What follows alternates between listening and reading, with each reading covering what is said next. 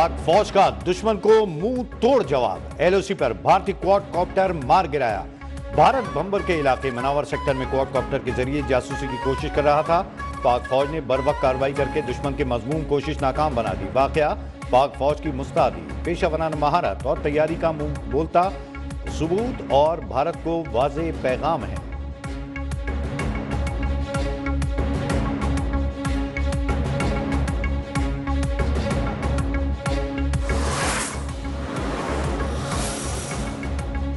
کسی بھی وقت بھارتی فوجی کارروائی کا خدشہ، تینوں مسلح افواج وطن کی دفاع کے لیے ہائی الرٹ۔ وجود کو خطرہ ہوا تو پاکستان ایٹمی ہتھیار بھی استعمال کرے گا۔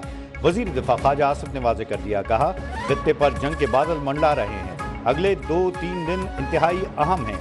پوری قوم پاک فوج کے شانہ بشانہ وطن کے ایک ایک انچ کے دفاع کے لیے تیار ہے۔ بھارت نے پہلگام واقعے پر تحقیقات کی پیشکش کا جواب نہیں دیا۔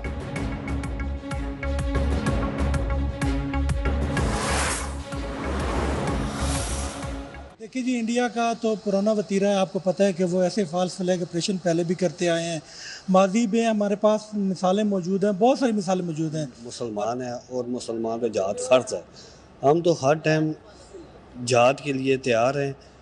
اگر بھارت چاہتا ہے وہ شوق پورا کر لے، ہم پہلے اس کو ہماری عوام سے نپٹنا پڑے گا۔ پاکستانی قوم جذبہ جہاد سے سرشار، وطن کی دفاع کے لیے ہر قربانی کو تیار۔ افواج پاکستان کے شانہ بشانہ وطن کی دفاع کا عزم، آرمی چیف کی کال کا انتظار۔ بھارت کے بے بنیاد الزامات اور کھوکھلی دھمکیاں مسترد۔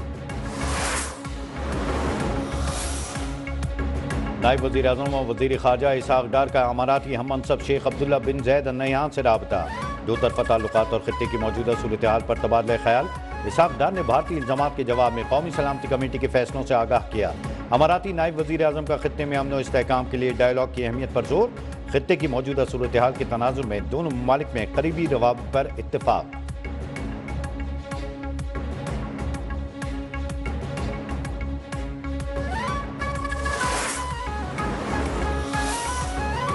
چیئرمین پیپلز پارٹی بلال بھٹو نے پہلگام واقعہ بھارت کی نااہلی قرار دے دیا۔ غیر ملکی میڈیا سے گفتگو میں بولے، بھارت کو کسی صورت سندھ طاس معاہدے کی خلاف ورزی نہیں کرنے دی جائے گی۔ بھارت کی جانب سے ایک بوند پانی سے بھی روکا گیا تو اسے اعلان جنگ تصور کیا جائے گا۔ پاکستان کی غیر جانبدار انکوائری کی پیشکش قابل تعریف ہے، جس کا بھارت کو مثبت جواب دینا چاہیے۔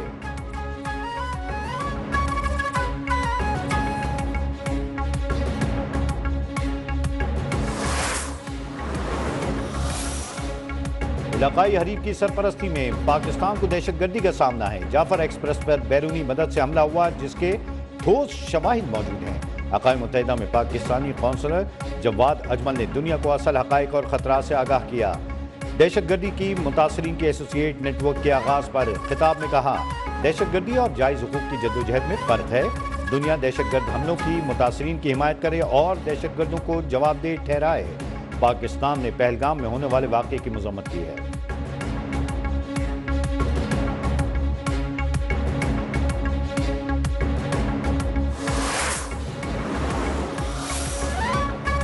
پاکستان کے لیے بھارتی طویل مدتی ویزا آفیشل یا سفارتی ویزے کی میعاد برقرار، دیگر کیٹیگری کی ویزے کی مدت ختم ہونے کا آج آخری روز۔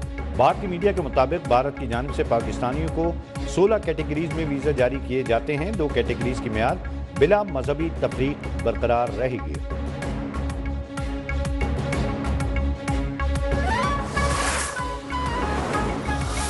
اتفاق رائے کے بغیر کوئی نئی نہر نہیں بنے گی۔ ایکنیکا کینال سے متعلق 7 فروری کا فیصلہ واپس، ارسا کا پنجاب کو جاری سرٹیفکیٹ بھی منسوخ۔ وزیر اعظم شہباز شریف کی زیر صدارت مشترکہ مفادات کونسل اجلاس میں بڑے فیصلے، آئندہ کے لائحہ عمل کے لیے 8 رکنی کونسل تشکیل۔ اجلاس میں 4 وزرائے اعلیٰ سمیت وفاقی وزراء کی بھی شرکت۔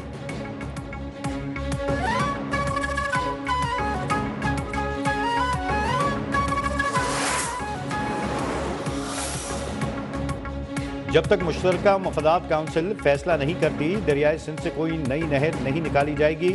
وزیر اعظم سندھ مراد علی شاہ کی CCI اجلاس میں شرکت کے بعد میڈیا سے گفتگو، کہا وزیر اعظم کا شکر گزار ہوں، انہوں نے نہروں کے مسئلے کو اہم سمجھا۔ سندھ کے سینئر وزیر شرجیل میمن کا متنازع کینال مسترد ہونے کے فیصلے کا خیر مقدم، کہا CCI کے فیصلے نے سندھ کے آبی حقوق کی تحفظ کی جدوجہد کو کامیابی سے ہمکنار کیا۔ یہ کامیابی سندھ کے عوام، بلاول بھٹو کی قیادت اور حکومت سندھ کی محنت کا نتیجہ ہے۔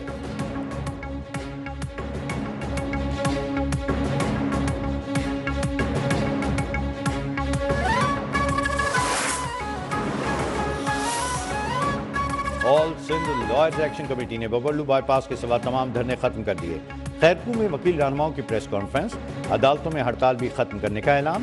رہنما سرفراز میتلو نے کہا، کینال منصوبے کا خاتمہ ہماری کامیابی ہے، تمام ساتھی تنظیموں کے تعاون کے شکر گزار ہیں۔ وکلا پر مقدمات کے خاتمے اور گاڑیاں واپس کرنے سمیت دیگر مطالبات بدستور برقرار ہیں۔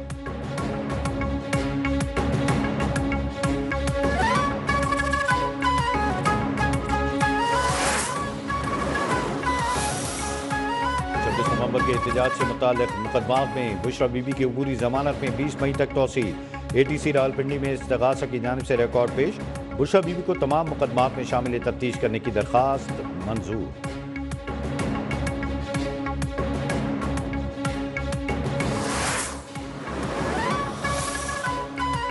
آئی ایم ایف ایگزیکٹو بورڈ کا اجلاس 9 مئی کو طلب، ایجنڈے میں پاکستان کا نام بھی شامل۔ پاکستان کے لیے $1.1 ارب کی منظوری کے امکانات روشن۔ پاکستان اور آئی ایم ایف کے درمیان نئے مالی سال کے بجٹ کی بنیادی اہداف پر اتفاق ہو چکا۔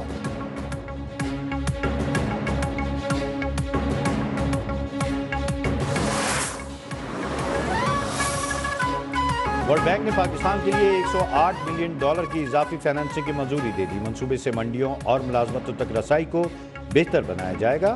خیبر Pakhtunkhwa integrated tourism development project کے لیے $30 ملین کی رقم مختص۔